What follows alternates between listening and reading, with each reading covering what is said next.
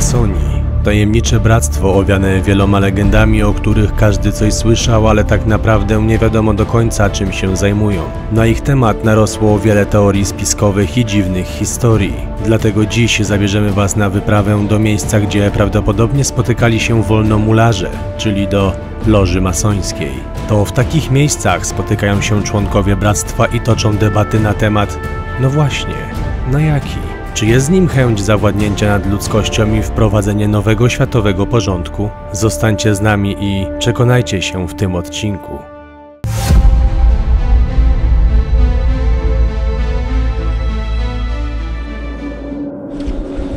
No i jesteśmy w miejscu owianym tajemnicą, wieloma legendami pomimo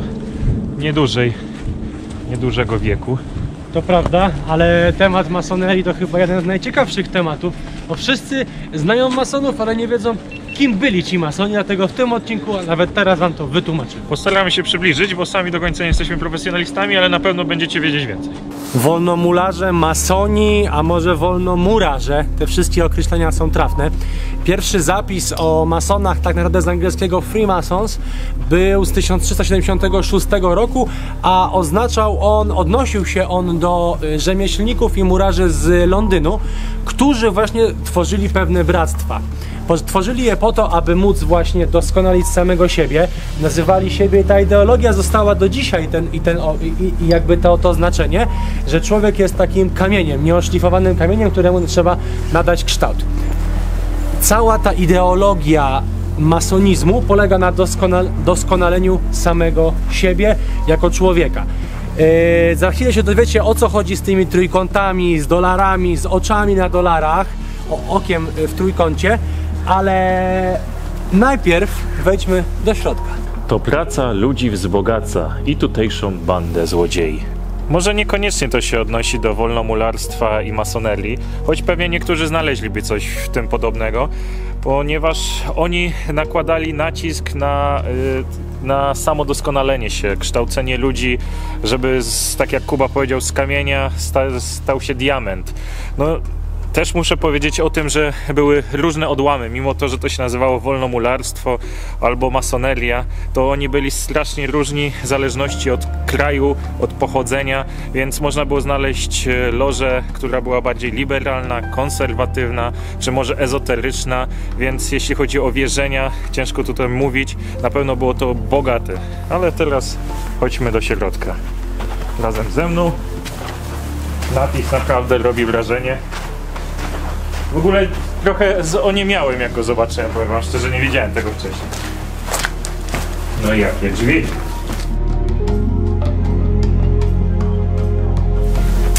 Wchodzimy do środka, do loży masońskiej, ale czym ona właściwie jest? Jest to taka podstawowa jednostka organizacyjna, to tutaj dokonują się te wszystkie obrzędy, wtajemniczenia. Całe bractwo spotyka się właśnie w takim miejscu, ale skupmy się bardziej na budynku i na jego organizacji. Tutaj, tak jak w całym nurcie, w całym ruchu, nie ma przypadkowych ruchów, gestów, oznaczeń. Tak samo przy budowli takiego budynku nie ma przypadku. Jest to budowane na kształcie prostokąta, czyli na takiego ładu, porządku i na 4 kierunkach geograficznych, których też każdy z nich coś znaczy, z tym najważniejszym, wschodnim, czyli takim świętym kierunkiem dla loży masońskiej, ale chodźmy dalej, Urbex, chodź. To panowie co, znajdujemy się w piwnicy, główne wejście było chyba rzeczywiście tam z tym napisem? Myślisz, że to? A nie, albo nie, to co było tu. Nie, po drugiej stronie, tak? Tu? Tak. A, no dobra. Ale, czyli tak, to są jakby zaplecze loży masońskiej. No widzicie, to jest pustostan, nie ma jakiegoś wyposażenia. Większość pokoi jest wypruta, nawet jeszcze nie było żadnej elektryki pociągniętej ani nic. Ale tu ciekawe, zobaczcie, jakie są okienka. Są połączone te pokoje na dole. A rzeczywiście. No. I tak samo te okna tutaj są takie inne niż zwykłe, bo z takimi poprzeczkami. Bo to jest domniemana loża masońska, jeżeli rzeczywiście to była, to może te okna, wszystkie pomieszczenia mają powiązanie z tymi obrzędami masońskimi, które jakby nie patrzeć są utajnione. Większe rzeczy w kształcie prostokąta, same okna, zobacz, które są w piwnicy bez sensu połączone, a tutaj nie wiem, czy nie były schody albo są. No, tutaj możemy wejść na górę. O, No to super, na główną salę. No ale to jeszcze przejdziemy tutaj. Zobacz, w ogóle ciche to jest, bo te klatki, ciężko to nazwać, z betonu po prostu. Nie wiem po co coś takiego na przykład robić. Znaczy wiesz co, jeżeli... Żeby ktoś nie wszedł, czy coś, no ale to się później zobacz, to jest... zabezpiecza przy... A, bo to jeszcze deski są. Widzisz, to jest naprawdę, to jest pustostan, nieskończona budowa. No. Ale musimy symboliki szukać, jeżeli znajdziemy jakiś cyrkiel, cokolwiek. Symbole też mają duże znaczenie, o tym powiemy duże później. Jak to jest w takim właśnie, zobacz, dywan. Aha. Właśnie w takim stanie, to nie wiadomo, czy tutaj jeszcze ta symbolika już jest naniesiona. Co racja, ale jeżeli uda się coś znaleźć, to będzie taka mała wskazówka. A symbolach powiemy później. Takie pomieszczenie mi się kojarzy tylko z jednym, jakby kogoś tutaj przetrzymywali. I właśnie jak wyglądał taki etap rekrutacji i wdrażania do bycia masonem. Kiedyś było tak, że nie każdy mógł nim zostać i to loża wybierała właśnie te osoby. Później, teraz obecnie to się zmieniło i podobno można samemu się zgłosić. Natomiast mamy takie jakby 3 poziomy wtajemniczenia, że tak powiem. Uczeń, czeladnik i mistrz, który jest najwyższy. I teraz w zależności do której loży się należy, bo ich jest kilka, tak jak mówił Konrad, te poziomy się mogą rozrastać i zmieniać. Ale o co mi chodzi? Najważniejsze jest to, że na każdym poziomie zdobywało się jakąś dodatkową wiedzę. Trochę mówię, czuję się jakbym mówił o grze komputerowej. Natomiast najważniejsza rzecz, nie wolno takiemu masonowi zdradzać żadnych tajemnic i niczego, co wydarzyło się w loży i jakie informacje zebrał lub otrzymał. Co jeszcze jest ciekawe, w jaki sposób porozumieć się z innym masonem, nie będąc w loży. No słuchajcie, podobno mają jakieś gesty, znaki, słowa, tak jak w zawodach, jak się gra w rugby, że tak można poznać, że się należy również że jest się masonem, tak? Ciekawa sprawa, bardzo taka owiana wieloma legendami i tak dalej, ale sama ideologia masonerii nie jest tak naprawdę zła. Dobra, chodźcie, wejdziemy na górę, bo tam może być właśnie ta główna sala. Zobacz, tutaj jest w ogóle ziemia. Pod tym jest beton? No, ale w ogóle nie wiem, czy to było adaptowane, czy nie chodzimy po czyjeś oborze, bo to jest dużo krowich placków na przykład. Możliwe, że tak jest, że ktoś tu sobie oborę zrobił. A my szukamy symboli, tu gdzie ich nie ma. No. Ale dostaliśmy taki cynk, że to loża masońska i opowiadamy historię masonów. Przy okazji. Patrzcie. A w sumie jesteśmy na To jest Pomorzu. dosyć, to są drzwi drewniane. Aha. Wszystko jest w ziemi, więc ktoś zapewne na początku chciał tutaj wybudować taką lożę, a potem w związku z tym, że może nie dostał pozwolenia, czy cokolwiek innego, stwierdził, że zrobi tutaj po prostu, wyrzuci ziemi i bydło będzie tu chodzić. Zobacz, jakie kolumny fajne. A tam jest tego więcej, ale tu schodami wejdziemy. No, to zaraz pójdziemy na górę. Dobra, wbijamy na górę, bo tam chyba była główna loża. To nie było główne wejście, to byliśmy w piwnicy. Tu jeszcze wycięte bruzdy chyba pod oświetlenie. O, patrz, to jest ocieplone od środka, jakoś dziwnie w ogóle. Bo też na dole widzieliśmy. No. I tu jesteśmy na poziomie tego głównego wejścia. Ale to jeszcze nie jest to główna sala. W ogóle to A tam coś się... labirynt jest. Tam się ciągnie coś? A, tu jest, zobacz. A, czyli to jest takie jakby z dwóch stron schody. Tak. I zobaczcie, że wszędzie są kolumny, a kolumna to też jest jeden ze masońskich znaków. Tak. A właśnie, to jest dobry moment, żeby pogadać o znakach. Symboli jest wiele, ale powiem o 3 najważniejszych. 2 pierwsze wywodzą się, można powiedzieć, z samych początków, czyli z tego nurtu wolnomularskiego. Cyrkiel, wiadomo, symbol mądrości, węgielnica, symbol wyważenia, szczerości oraz świątynia Salomona, która już może w późniejszym okresie weszła. Jest to symbol zjednoczenia ludzkości. Tych znanych symboli jest oczywiście dużo więcej. Należy również wymienić oko, trójkąt, które symbolizują różne rzeczy. Jest również gwiazda, jest to siła, rozum, samoświadomość. I tak, trójkąt i oko na pewno wielu z Was, jeżeli nie wszyscy kojarzą. Tajemniczość tego całego bractwa albo bractw powoduje to, że narastała wokół niego dużo mitów, między innymi było nowy porządek świata. Przypisuje się właśnie nim chęć zaprowadzenia nowego porządku na świecie. Czy tak jest, to oczywiście ocenę pozostawiamy Wam, ale właśnie ta tajemniczość, te wszystkie stopnie wtajemniczenia, te wszystkie sekrety, które wolnomularze powinni zostawiać w swoim okręgu, powodowały, że ludzie spoza niego opowiadali różne rzeczy, bo nie do końca wiedzieli, co w tym okręgu się dzieje. No dobrze, ale co z polskimi masonami? No mamy ich w Polsce około 400, dokładnie nie wiadomo, no bo wiecie, to jest wielka tajemnica. Na czele naszej wielkiej loży narodowej stoi wielki mistrz. Jakiś czas temu w ogóle udzielił wywiadu. Słuchajcie, temat masonerii jest bardzo rozległy, już kiedyś o tym kręciliśmy odcinek, tu macie u góry odnośnik, jeden z naszych pierwszych odcinków. My trochę go traktujemy tutaj po macoszemu, ale wy dajcie nam znać w komentarzu, co myślicie o samych masonach, bo to, że oni istnieją, to wiemy. Tylko czy rzeczywiście oni mają dobre, złe zamiary? No, chcemy poznać wasze zdanie. W ogóle pomijając kwestię tego, czy istnieją, czy nie istnieją, wiemy, że istnieją. Przypomniało mi się postać Bronisława Wilsztajna, dziennikarza, który pełni postać wolnomularza, ale musiał przestać się przestać pełnić te funkcje. Właśnie on nie zdradził jakiejś tajemnicy, dzięki temu więcej wiemy? Możliwe, nie pamiętam. Też dobrze mówisz, bo na przykład wieloma innymi sławnymi wolnomularzami, chociażby był Winston Churchill, krążą takie słuchy, ale Disney, Waszyngton, Disney, więc rzeczywiście dałoby się znaleźć ich wielu więcej. Właśnie teraz mi się przypomniało, chyba Bush też jest dalej. Były prezydent, tak, wolnomularzem. I co najciekawsze, widziałem gdzieś jakiś materiał na YouTubie, że oni mają taką wyspę zamkniętą z ochroną, koleś tam wszedł z ukrytą kamerą i stary chodzą w jakichś, wiesz, kapturach, szatach, jakieś tam taką kukłę wielkiej sowy palą, jakieś obrzędy robią. Ja rozumiem, że to nie jest potwierdzone. Słucham? Czy to jest potwierdzone? Znaczy się, no tam na tym nagraniu nie ma prezydenta, ale jest, no widać, co się tam dzieje, bo koleś szedł z ukrytą kamerą. Wiecie, to, tak nie? właśnie teraz się zastanawiając nad ideą, że to całe bractwo ma wspomagać sobie nawzajem. Tych wolnomularzy jest około 4 milionów na całym świecie i w sumie jeżeli oni sobie pomagają sami nawzajem, to promują i tak dalej właśnie tych ludzi, że wyciągają z nich największe rzeczy.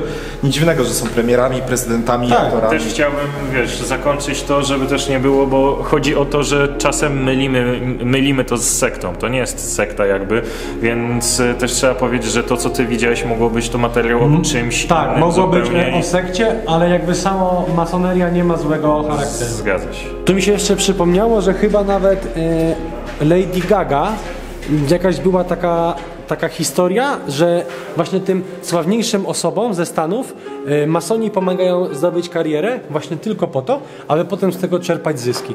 No wiadomo, słuchajcie, o nich niewiele wiadomo, a jak nie wiadomo o co chodzi, to w Polsce przynajmniej chodzi o pieniądze. No i tak, dzisiaj inaczej niż zwykle zaczęliśmy od piwnicy. O, widzicie? Nie masz oka. I też jest trójkąt z okiem. Więc jesteśmy na pierwszym piętrze, ale jakiś krzyżyk, ale ta chyba główna sala to będzie u góry, nad nami. Za chwilę tam pójdziemy. O, proszę, jaki mieli ganek ładny. Ładny i tu jeszcze schodki na dół. W ogóle fajny budynek. Tak widać, że zaprojektowany z głową. Zresztą mi się podobają wszystkie na planie prostokąta. To są ustawne, że tak powiem. I te kolumny się wszędzie powtarzają.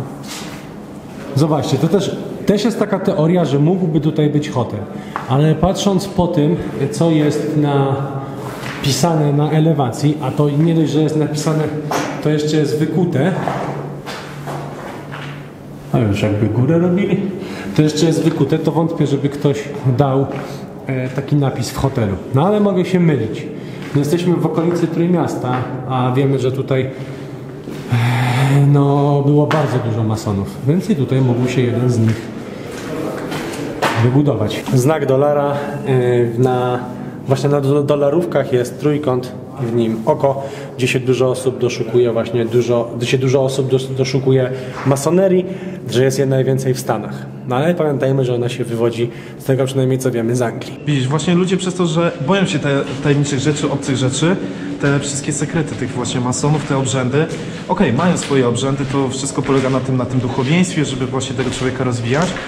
I przez to, że ludzie nie znają tych obrzędów, właśnie robią te teorie o sektach, masonach, wiesz.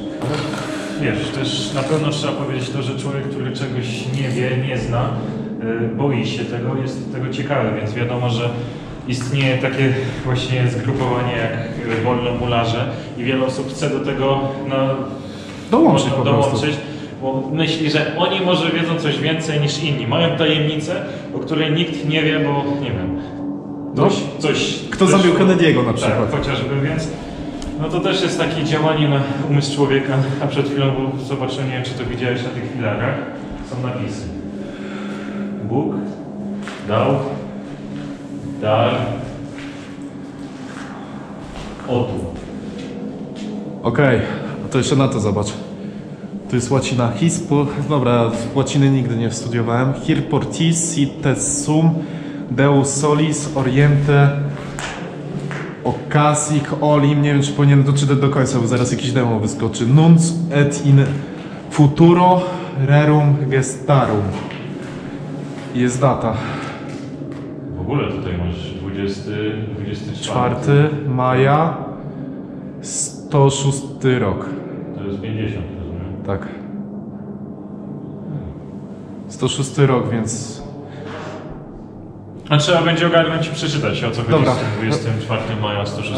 Mała stopklatka, mamy pomoc naukową, za chwilę wracamy, przeczytamy. To jest tak, przetłumaczone z łaciny. Oczywiście mogą być błędy, bo jak mówię, na łacinie się nie znamy.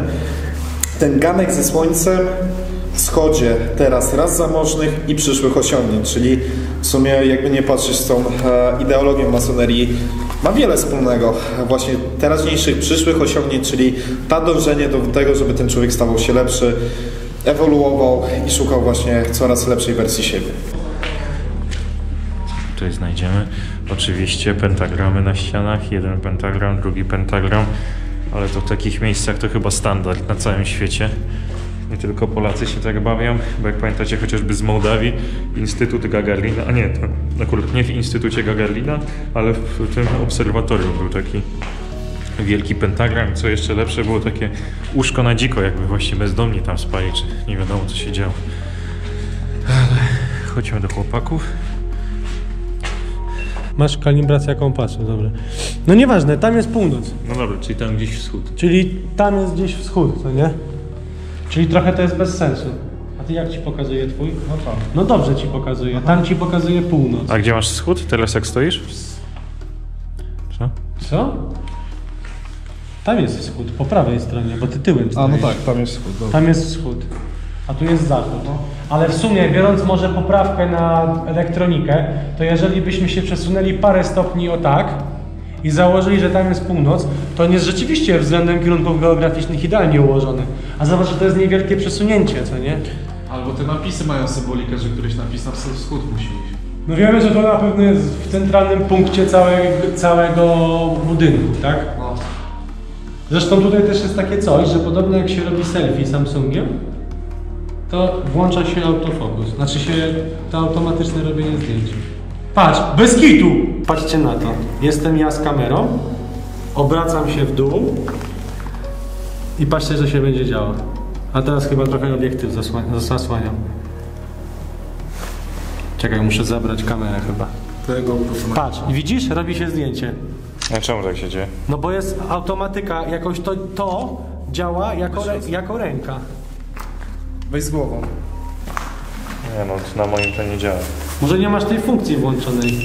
A jak to się włącza? Nie wiem, ale U niego działa. działa. Bo to jest taka sygnatura, kółko, inaczej. W Samsungu jest tak, że jak wystawisz rękę, co nie? O, zobacz. Ono działa. No. Ale jaja, co? Teraz robi zdjęcie, no. No. Ciekawe, czy u mnie działa, ale pewnie nie. To nie jest Samsung, co nie? No. Nie. Patrz, Google Assistant. No. Czaisz? Ja nie wiem, o co tu chodzi. Jakaś w ogóle magiczna rzecz. A co, dlatego, bo to jest kółko? Inaczej, jest w Samsungu coś takiego, że jak Google widzisz... Assistant. Google Assistant. No w Xiaomi Że Google jak Assistant widzisz wyskakuje. jak widzisz rękę wyciągniętą, to nie? To on ci robi selfie. A tutaj prawdopodobnie te właśnie... no te betonowe takie paski, on wykrywa jako rękę. Tak mi się wydaje. Rozkmince to jest jakby ktoś nie wiedział. nagle Wystawił się- sobie telefon, chciał zrobić selfie. I nagle się robi. To nie? przecież od razu nawiedzony budynek. Dobra, robimy selfie stąd automatycznie do naszego Instagrama. Urbex History Oficjal. Zapraszamy, zobaczycie. I tutaj kończy się nasza wyprawa po opuszczonej loży masonów. Postaraliśmy się jak najbardziej przybliżyć wam niesamowicie ciekawą historię loż masońskich. Zrobiliśmy sobie automatyczny serwis dzięki temu świetlikowi. Pamiętajcie o subskrypcji. No i co? Do zobaczenia na następnej wyprawie. I dla tej osoby, która to zawsze ogląda do końca, serdeczne Cześć. Cześć i dziękujemy. bo brakowało. Pa!